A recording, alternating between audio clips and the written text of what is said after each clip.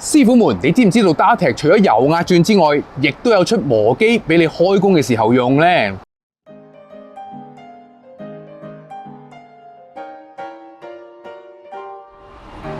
磨機可以話係師傅開工必備工具之一，佢個用途廣泛，由打磨、拋光、清潔，甚至切割都難佢唔到啊！而 Dartek 40伏電動工具嘅系列入邊，亦都見到有磨機嘅蹤影。今日就一齊嚟睇下呢一部 Dartek 40100無刷磨機有啲咩優勢啦。首先呢部 Dartek 磨機淨機身重 1.5kg，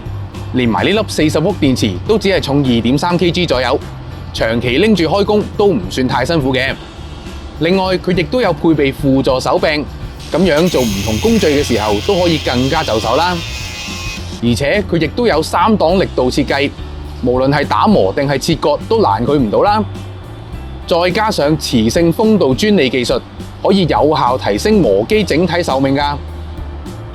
去到呢度，大家都可能會諗，用磨機好危險㗎噃，咁用呢部機嘅時候又安唔安全㗎？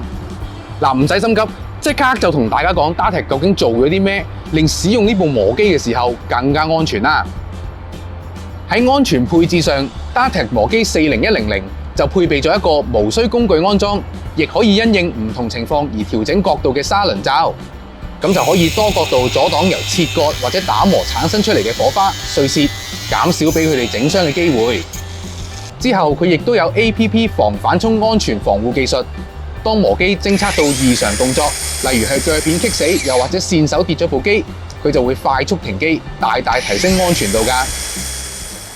嗱，除咗以上所講過嘅優點之外啦，其實只要磨機配合埋呢粒 Dartek 40伏電池一齊使用咧，就可以有效提升切割效率同埋續航力啦。咁去到最後，雖然呢部 Dartek 磨機就設計得好安全啦，不過都想提醒翻咁多位師傅，開工之前記得一定要戴翻護目鏡，同埋做嘢嘅時候要注意安全啊。咁如果咁多位師傅對呢部 Dartek 磨機有興趣嘅話咧，就不妨到各大五金鋪又或者裝修摩買翻部啦。